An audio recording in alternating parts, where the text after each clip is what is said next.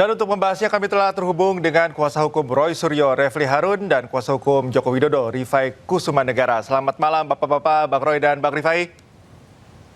Selamat malam semuanya, Bang Roy, Bang Refli, pemirsa. Maaf, Bang Refli, terima kasih sudah bergabung bersama kami. Mungkin bisa dihidupkan audionya.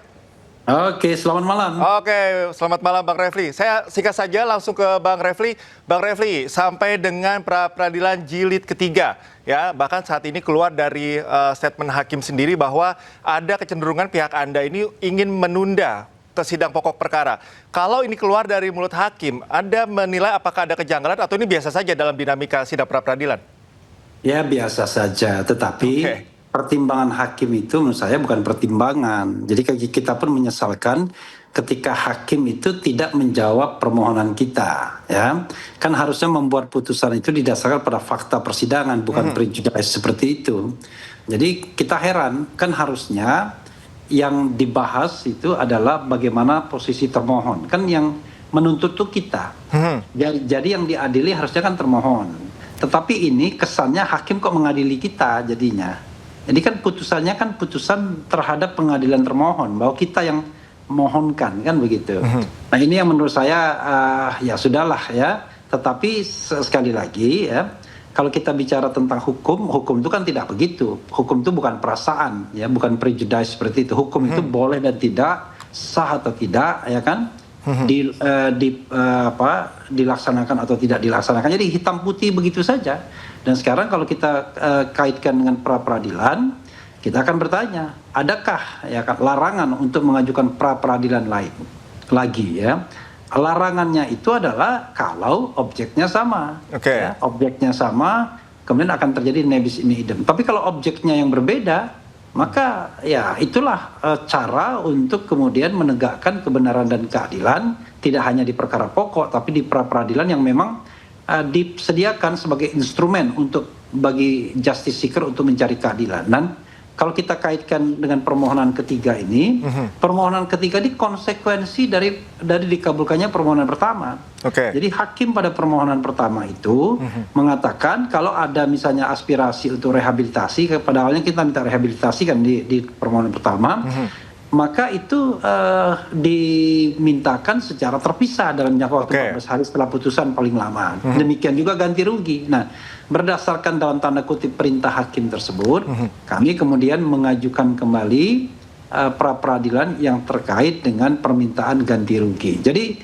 sama sekali nggak ada kaitannya dengan apakah menunda perkara atau tidak. Penundaan itu adalah konsekuensi dari digunakannya instrumen pra-peradilan. Baik. Yang menjadi tersangka dan kemudian punya potensial untuk menjadi terdakwa kan Roy Suryo, bukan orang lain yang kemudian akan mengandung atau membawa atau mendapatkan konsekuensi hukumnya. Jadi menurut saya agak aneh kalau ada pihak lain kemudian ribut gitu ya. Tapi kalau bagian dari analisis nggak apa-apa lah. Terus sidang Dokter Tifa juga sudah dilakukan, sama aja kurang lebih kan, begitu. Bang Rifai, tidak ada yang aneh. Karena memang poinnya ada. Jadi Anda ketika itu menuding bahwa ini mengulur waktu atau menunda karena menghindari misalnya pokok perkara, itu tidak benar. Karena memang poinnya ada dan juga berbeda. Tanggapan Anda? Ya, pertama seperti kita bersama kan sudah dipertimbangkan dalam putusan pra kedua bahwa upaya pra berulang ini dinyatakan sebagai penyalahgunaan lembaga pra-peradilan, bahkan upaya untuk mengulur-ngulur atau bahkan dan menggunakan kata menghalangi pemeriksaan pokok perkara.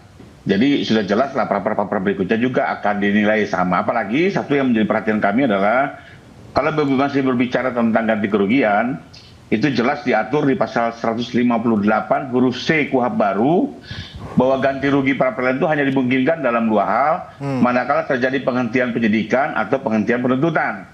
Nah, terkait dengan tidak hanya penahanan ataupun penangkapan termasuk penggeledahan, itu tidak terbuka ruang ganti rugi di dalam KUHP yang baru. Ini norma undang-undang ya, yang tentunya harus kita hormati bersama. Jadi apalagi kalau kita lihat kenyataannya kan tidak ada penanganan juga saat itu, bahkan mereka menikmati APBN juga di VIP rumah sakit gitu ya. Dan sekarang mau minta ganti rugi lagi bersumber dari APBN ya.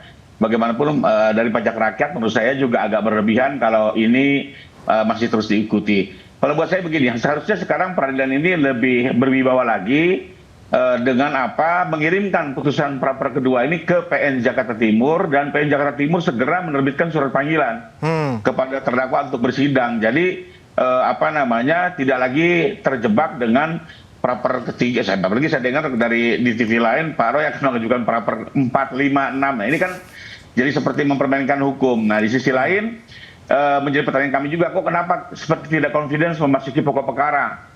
Padahal disinilah kalau Pak Roy punya bukti menuding ijazah Pak Jokowi palsu, sampaikan buktinya di sidang, saksi-saksinya, bukti-bukti suratnya, sama-sama kita terbuka menguji seluruh bukti yang ada agar persoalan ini clean and clear dan terdapat kepastian hukum.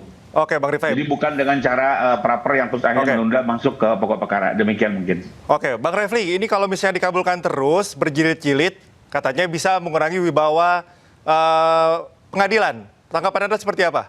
Ya itu kan perasaan Dek Rifai saja. Ya kan? Iya, jadi kalau kita menegakkan hukum dengan perasaan ya ribet lah, ya kan? Yang harus dinilai adalah apakah permohonan itu sah atau tidak, boleh atau tidak. Kalau permohonan itu tidak boleh, maka akan di-NO. Tapi kalau dibolehkan, maka dia akan masuk pada pokok perkara. Nah, kita nanti lihat saja apakah permohonan ini akan diperiksa atau tidak. Kalau misalnya kami disuruh membacakan permohonan, kemudian harus ada jawaban termohon, ada pemeriksaan saksi dan ahli, kemudian ada putusan, ya artinya boleh. Soal apakah kemudian itu dikabulkan atau ditolak, ya itu adalah kebijakan hakim. Tetapi kalau tidak boleh, ya di depan pintu sudah ditutup pintunya. Jadi kalau kita bicara tentang hukum, ya kan, maka bicaralah boleh tidak, sah tidak, legal tidak, ya kan. Kalau pakai perasaan di Rifai susah. Lagi pula kenapa sih meributkan hal seperti ini? Toh yang akan yang menanggung konsekuensi adalah Roy Suryo, bukan kita yang didakwa itu, kan begitu. Jangan terlalu pakai perasaan, katanya Bang Rifai. Ini kalau kubunya Bang Rifai, kubunya Pak Jokowi ini mendesak terus ini untuk ayo ke pokok perkara. Ayo, emang sesiap apa untuk pembuktian di pokok perkara nanti, Bang Rifai? Sebenarnya bukan proses perasaan ya. Saya hanya menjelaskan hukum acaranya ya. Itu kan sudah diatur di KUHP bahwa ganti rugi itu hanya dibatasi sekarang di dalam dua persoalan. Nah, dan jelas di situ tidak terbuka ruang ganti rugi untuk terkait dengan tidak sahnya penahanan penangkapan. Jadi kembali lagi kalau buat saya kok ini seperti upaya hukum yang mengada-ngada, apalagi bukan hanya sekedar perasaan, sudah dinyatakan loh dalam putusan pra kedua ya. Saya bilang itu pertimbangan cukup keras ya, terlepas dari pihak Pak Roy merasa itu misalnya pertimbangannya berlebihan, tapi kan sesuai asas res judicata bagaimanapun itu hukum yang mengikat. Nah, tapi menurut saya adalah seharusnya dengan begini, saya setuju dengan Bang Refli, sebaiknya segera putusan pra kedua dikirim ke PN Timur dan PN Selatan langsung mengeluarkan penetapan. Kalau memang penetapannya menyatakan tidak dapat menerima pemeriksaan permohonan ini, jadi jangan masuk ke pokok perkara juga, jadi tidak konsisten. Saya sepakat. Jadi kalau memang betul-betul mau menegakkan wibawa hukum, apalagi ini kan KUHP baru ya, jangan sampai ini menjadi presiden yang akan diikuti oleh seluruh tersangka di se-Indonesia, akan menghambat pemeriksaan pokok perkara dengan upaya praper. Apalagi begini, kalau kita lihat lagi di KUHP baru, ini kan kita sama-sama belajar ya. Di pasal 163 ayat 1 huruf G itu jelas praper itu hanya bisa dilakukan secara berulang dalam 2 tahap. Tahap penyidikan dan tahap pemeriksaan oleh jaksa. Ya, sementara kalau sudah ke sidang memang sudah tidak terbuka lagi. Nah, waktu itu kan Bang Refli bilang, kita kan belum pernah dipanggil. Nah, jangan lupa bahwa dengan pelimpahan perkara ke pengadilan pasti ada turunan yang disampaikan kepada terdakwa, dan sejak saat itu terdakwa pun tahu statusnya sudah menjadi terdakwa, bukan lagi sebagai tersangka. Jadi menurut saya secara administrasi, dan ini dinyatakan juga loh di pra kedua ya. Jadi kembali lagi seharusnya saya berharap kalau memang betul putusan pra kedua ini setegas itu, peradilan harus konsisten. Kalau masih membuka ruang ya kita lihat nanti akan semakin tertunda-tunda. Baik, Bang Rifai, terima kasih poinnya sudah didapat, dan juga Bang Refli, menarik sekali diskusi ini. Sayang sekali waktu juga yang membatasi kebersamaan kita. Iya, Karena pasal 163. Singkat saja Bang Refli. Selama pemeriksaan sebagaimana dimaksud dalam huruf C belum selesai, pemeriksaan pokok perkara di pengadilan tidak dapat diselenggarakan. Itu sudah jelas.